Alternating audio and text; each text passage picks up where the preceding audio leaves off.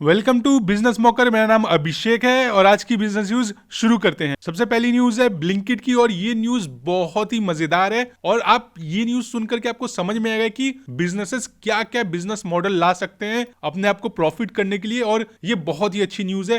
Please आप इसे पूरा जरूर सुनिएगा।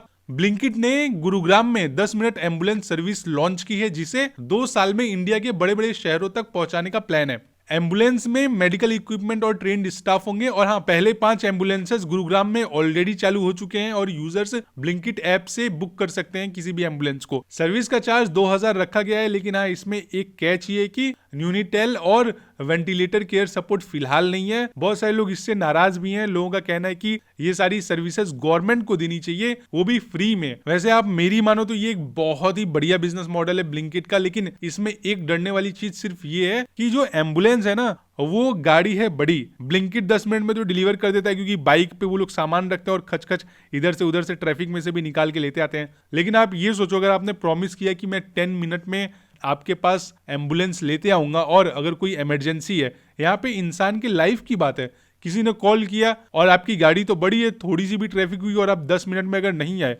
और बाई चांस ऐसा किसी के साथ हो ना, बट फिर भी मान लो किसी इंसान की मृत्यु हो जाती है, तो ये एक बड़ी प्रॉब्लम हो सकती है। ब्रांड वैल्यू को डैमेज हो सकता है ब्लिंकिट पे लोग बहुत सारी केसेस भी करें। वैसे ये सारी चीजें सिर्फ मेरे दिमाग में ऐसे ही आ रही हैं, हो सकता है बहुत सारी रीजंस हो, टर्म्स कंडीशन हो, देखते हैं फ्यूचर में क्या होता है। बट आई होप ब्लिंकिट के साथ हर एक चीज अच्छी ही हो। वैसे आपको क्या लगता है, ये 10 मिनट में एम्बुलेंस लाने वाली सर्विस कैसी है? बेसिकली मुझे तो बहुत ही मजा आएगा। मतलब मैं पर्सनली बहुत सपोर्ट करता हूँ, क्योंकि इंडिया में एम्बुलेंस थोड़ी सी वीक है कई सारी जगहों पे। हालांकि मेरा एक पर्सनल एक्सपीरियंस है, मैंने एक बार एम्बुलेंस बुलाया था। मैं यूपी में रहता हूं, तो एम्बुलेंस तो 10 मिनट में ही आ गई थी। बट बहुत सारे शहरों में एम्बुलेंस का एक्सेस उतना अच्छा नहीं है। देखते हैं क्या होता है। वैसे आप अपनी राय जरूर बताइए कि आपको इनका ये जो मॉडल है, बेसिकली मैं इसको बिजनेस मॉडल की तरह तो नहीं देखना चाहता।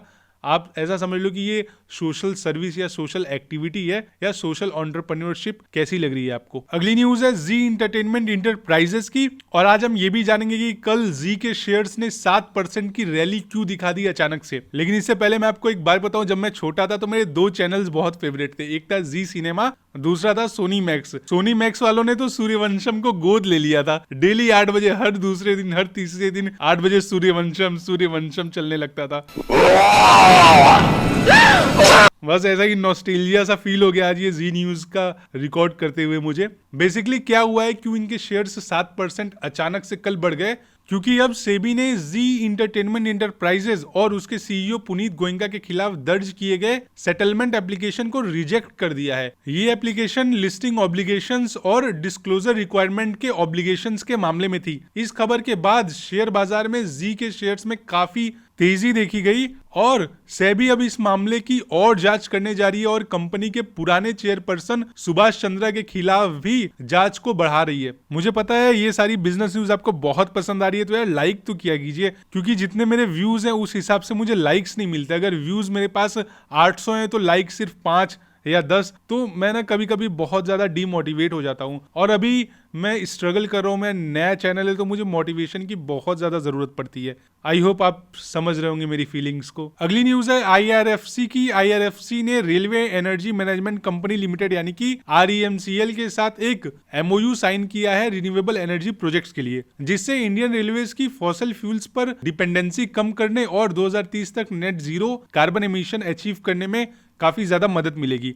इस पार्टनरशिप के तहत आईआरएफसी अपनी फाइनेंशियल एक्सपर्टीज प्रोवाइड करेगा प्रोजेक्ट्स को फंड और अप्रेज करने के लिए, जबकि REMCL बिडिंग प्रोसेस कंडक्ट करने और सस्ती कन्वेंशनल या फिर रिन्यूएबल पावर प्रोक्योर करने में अपनी एक्सपर्टीज देगा। ये MOU आईआरएफसी के बिजनेस मॉडल को डाइवर्सिफाई करने और इंडियन रेलवेज के विकास में उनकी क्रिटिकल रोल को मेंटेन करने में एक स्ट्रेटेजिक कदम है। ये MOU आईआरएफसी के बिजनेस मॉडल को डाइवर्सिफाई करने और इंडियन रेलवेज के ग्रोथ में उनकी क्रिटिकल रोल को मेंटेन करने का एक स्ट्रेटेजिक स्टेप है। मैं आपको MOU के बारे में भी थोड़ा सा बताता हूँ कि ये है क्या और काम कैसे करता है। बेसिकली MOU का मतलब होता है मेमोरेंडम ऑफ अंडरस्टैंडिंग। अगर मैं इसको आसान भाषा में समझाऊं तो MOU एक तरह का समझौता पत्र होता है, जिसमें किसी 2 पार्टीज के बीच में रिटन एग्रीमेंट होता है। और इस एग्रीमेंट की खास बात यह कि ये एक फॉर्मल एग्रीमेंट होता है, लेकिन लीगली बाइंडिंग नहीं होता है ये एग्रीमेंट, यानी कि ये एक तरह का लीगल एग्रीमेंट नहीं है, आप इसका यूज करके कोर्ट में नहीं जा सकते हो। एमओयू का यूज कई जगह होता है, जैसे बिजनेस पार्टनरशिप, गवर्नमेंट या फिर इंटरनेशनल रिलेशंस में,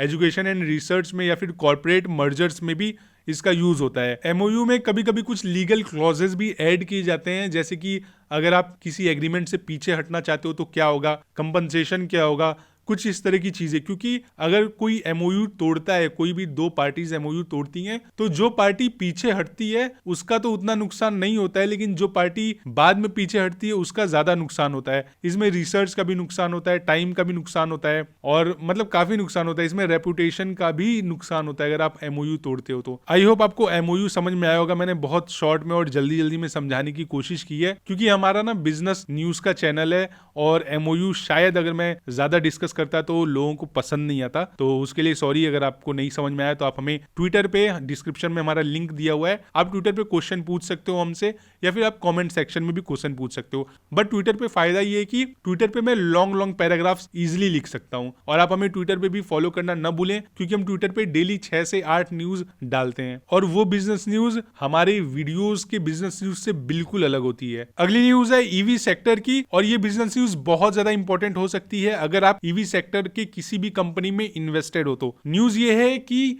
ईवी सेक्टर के स्टेक होल्डर्स ने कॉमर्स और इंडस्ट्री मिनिस्टर पीयूष गोयल के साथ न्यू दिल्ली में बैटरी चार्जिंग और स्वैपिंग इंफ्रास्ट्रक्चर के डेवलपमेंट पर बात करी। क्योंकि अगर आप देखो तो ईवी कार्स या फिर ईवी बाइक्स के ट्रेंड बढ़ते जा रहे हैं। जितनी तेजी से ईवी कार्स बिक रही हैं, ईवी बाइक्स बिक रही हैं, उतनी तेजी से चार्जिंग इंफ्रास्ट्रक्चर डेवलप नहीं हो रहे हैं, और स्वैपिंग इंफ्रास्ट्रक्चर भी डेवलप नहीं हो रहे हैं। तो ये बहुत ज्यादा इंपॉर्टेंट है कि ईवी चार्जिंग के लिए इंफ्रास्ट्रक्चर को बहुत तेजी से बढ़ाया जाए। इस मीटिंग में मर्सिडीज बेंज इंडिया, टीवीएस और टाटा के रिप्रेजेंटेटिव्स भी शामिल थे। और ऐसा हो भी क्यों ना, जहां ईवी की बात हो और टाटा पीछे रह जाए। टाटा शुरू से ही आगे थी और सबसे तेज थी ईवी में, और वो कोई भी अपॉर्चुनिटीज मिस नहीं करते अगर आप ध्यान से देखो टाटा मोटर्स के बारे में। और साथ ही इंडिया में स्वैपिंग स्टेशंस और चार्जिंग इंफ्रास्ट्रक्चर के जगह और स्टैंडर्ड्स पर कुछ समस्याओं के ऊपर भी चर्चा की गई। भारत सरकार ने फेम 2 और पीएमई ड्राइव जैसी योजनाओं के तहत देश भर में पब्लिक चार्जिंग स्टेशंस और इलेक्ट्रिक मोबिलिटी को बढ़ावा देने के लिए कई कदम उठाए हैं, जिससे ईवी मार्केट को आगे बढ़ाया जा सके और 2030 तक 1 करोड़ यूनिट्स की एनुअल बिक्री और लोगों को 5 करोड़ जॉब्स की अपॉर्चुनिटी भी मिल सके।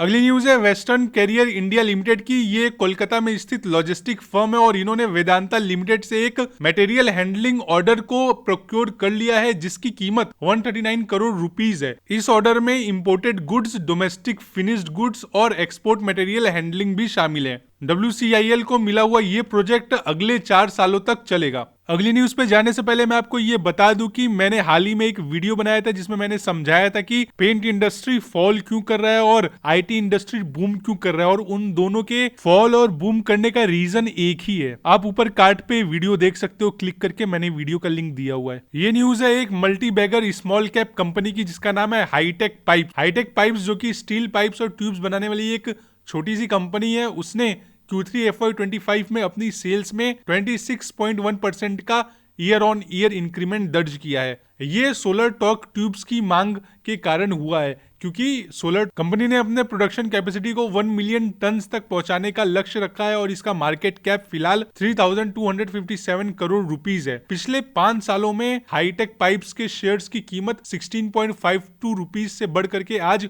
161.50 रुपीस तक हो गई है। और अगर मैं पूरी इंक्रीमेंट की बात करूं तो ये 877% की बढ़ोतरी है इसके शेयर्स में। अगर मैं परसेंटेज में बताऊं तो इसके प्राइसेस में 877% की बढ़ोतरी हुई है। इस इंक्रीमेंट का मेन रीजन था सोलर टॉर्क ट्यूब्स। जैसा कि आपको नाम से ही पता चल रहा होगा, सोलर टॉर्क ट्यूब्स, इनका यूज सोलर एनर्जी सेक्टर्स में होता है। ये एक सिलेंड्रिकल पाइप होता है और ये एक इंपॉर्टेंट कंपोनेंट है सोलर एनर्जी सेक्टर में। अगली न्यूज है एप्पल की। एप्पल ने एक लॉ सूट को सेटल करने के लिए $95 मिलियन का सेटलमेंट एग्री किया है, जिसमें सिरी वॉइस असेसमेंट पर प्राइवेट कन्वर्सेशन रिकॉर्ड करने का आरोप था बिना यूजर्स की कंसेंट के। और ये प्रॉब्लम बहुत बड़ी है। अगर आप देखो जिस तरह से एआई आज काम कर रहा है, इंडियन गवर्नमेंट ने भी कई सारे नॉर्म्स ला के रख दिए हैं।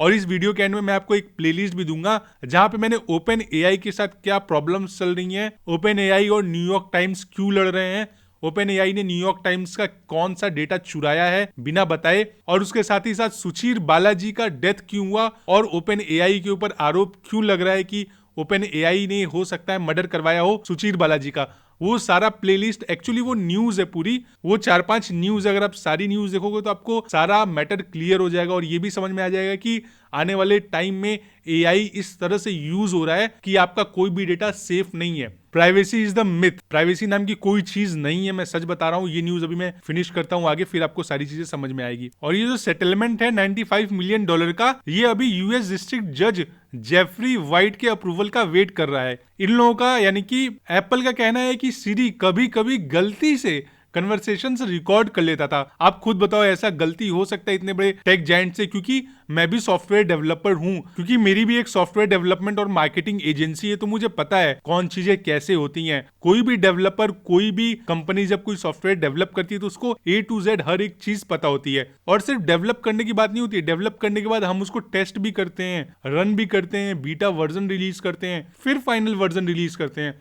तो ये बात तो मैं मान ही नहीं सकता कि ये गलती है। तो ये सिर्फ सीधे सीधे एक्सक्यूज है। और बात सिर्फ रिकॉर्ड करने तक की नहीं है, ये डेटा एडवर्टाइजर्स और थर्ड पार्टी के साथ शेयर भी किया जाता था। आज की बिजनेस न्यूज यहीं पे खत्म होती है, बट हाँ, आप हमें लाइक करना, सब्सक्राइब और बेल आइकन पे दबाना मत भूलिएगा। Bye bye, take care.